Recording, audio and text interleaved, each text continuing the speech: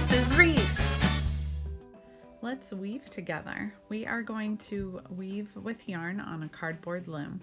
If you'd like to, you can decorate the cardboard first before we weave on it. Here I'm using oil pastels, but you can also decorate with marker or paint if you would like to. Keep in mind, most of your weaving is going to be covered by your yarn. So let's gather our materials. Pull out the yarn, the cardboard, out of that paper bag, and the popsicle stick. The first thing that you're going to do is you are going to use scissors to cut 4 evenly spaced notches along the bottom and the top of your cardboard. I started with pencil, that way I had a good idea of where I wanted my notches to be. When you cut, it could be a little bit tough cutting with cardboard, so if you're struggling with it, ask a grown-up for help. Now you're ready to add your warp string. Starting with one of the notches, you're going to tuck it in and hold it in place with your hand and stretch it to the opposite side. Come back out the notch next to it. That way you're not wrapping the string around the back side. You just go in, out, and across the cardboard. Make sure it's nice and secure inside those notches. When you're finished, you can secure the warp strings by tying it in a knot together like what I'm doing, or you can just tape it down. Now we're ready to add the weft strings, but first we might want to use that popsicle stick to help prop up our warp strings. That'll make it a little bit easier when we add our weft. That is the string that will be weaving left to right. Tie your first color in a knot around the leftmost warp string, and then grabbing it from the other end, go under the next warp string, then over, and then under the final one, and pull across so that it's not too loose. Then you are going to weave in the opposite direction, starting out the opposite way, going over first, and then under, over, and under. And then back in the opposite direction again. Each time you start a new row, you should be starting out the opposite way that you left off. Now notice my string isn't quite long enough here to make it to another row across.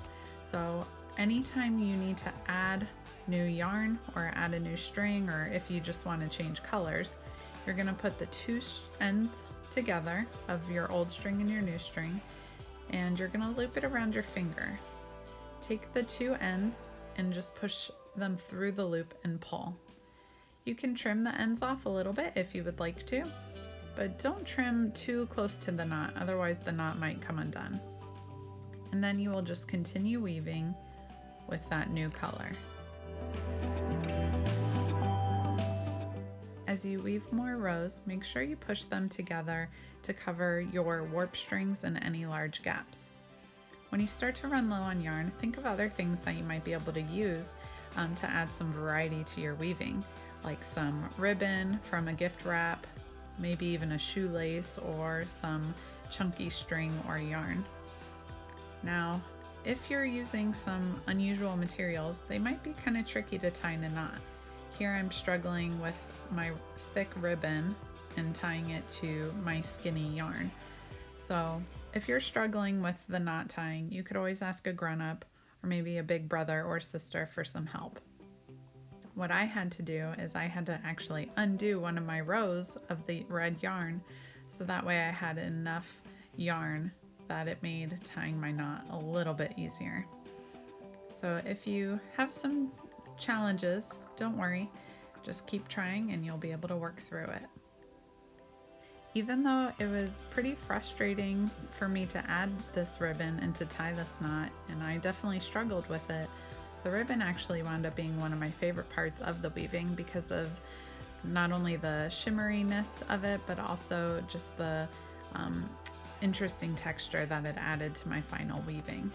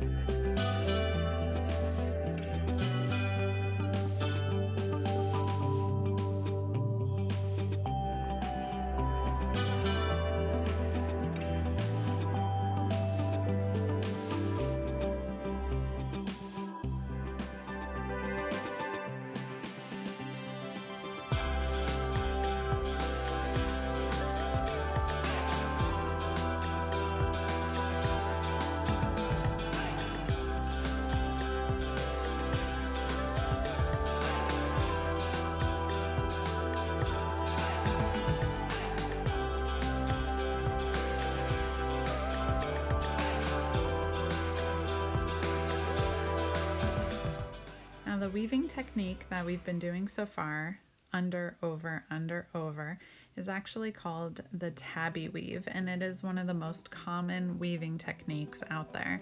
But I thought it might be fun if we tried a different weaving technique too.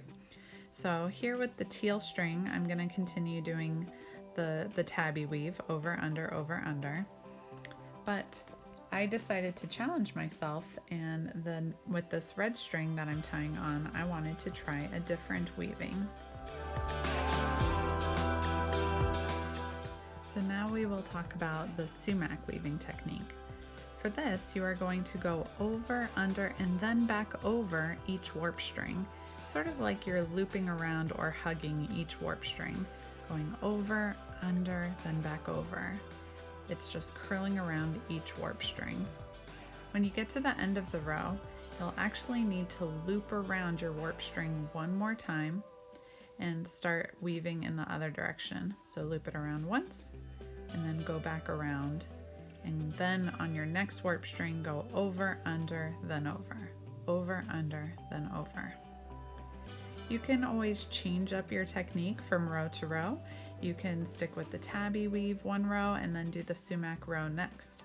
You can change it up however you feel comfortable. For this teal yarn that I just added, I'll do one row of tabby, and then I'm going to try the Egyptian knot. This technique is really similar to the sumac, except instead of going over, under, you go under, over, under. So you'll actually be going under each warp string as you loop around it, going under, over, and then back under. For this technique, it looks like you're hugging your warp strings a little bit tighter, and you can tell that the teal looks like it's sort of showing off the warp strings a lot more than my red yarn is. The red yarn kind of has, when you do the sumac, it kind of has a little bit more of a poofy texture in your weaving. So try them both out. The Egyptian knot and sumac weaving techniques are kind of a similar process, but they can have a very different effect on the texture of your weaving.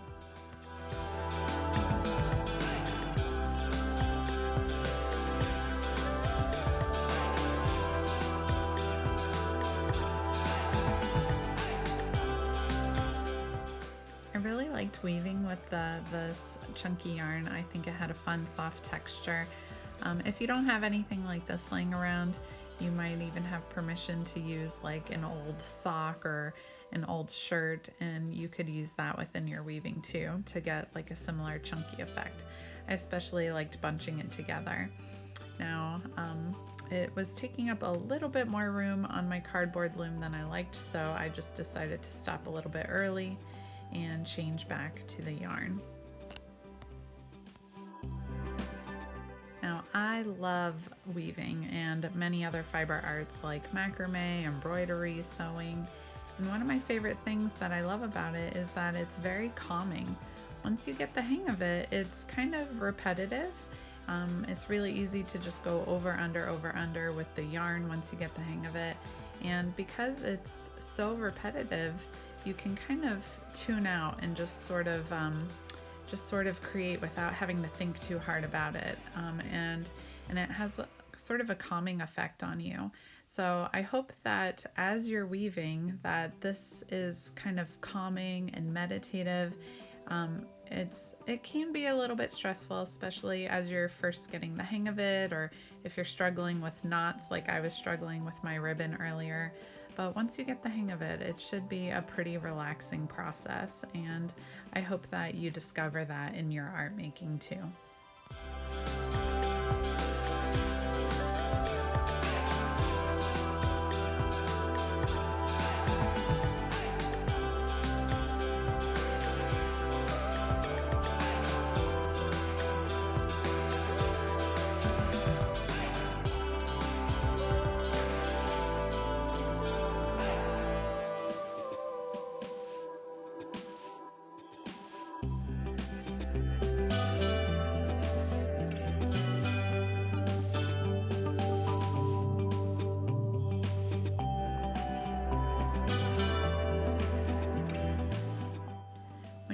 to a good stopping point, when you feel like you've filled up most of your cardboard loom, you're going to finish off your weaving the same way you started it.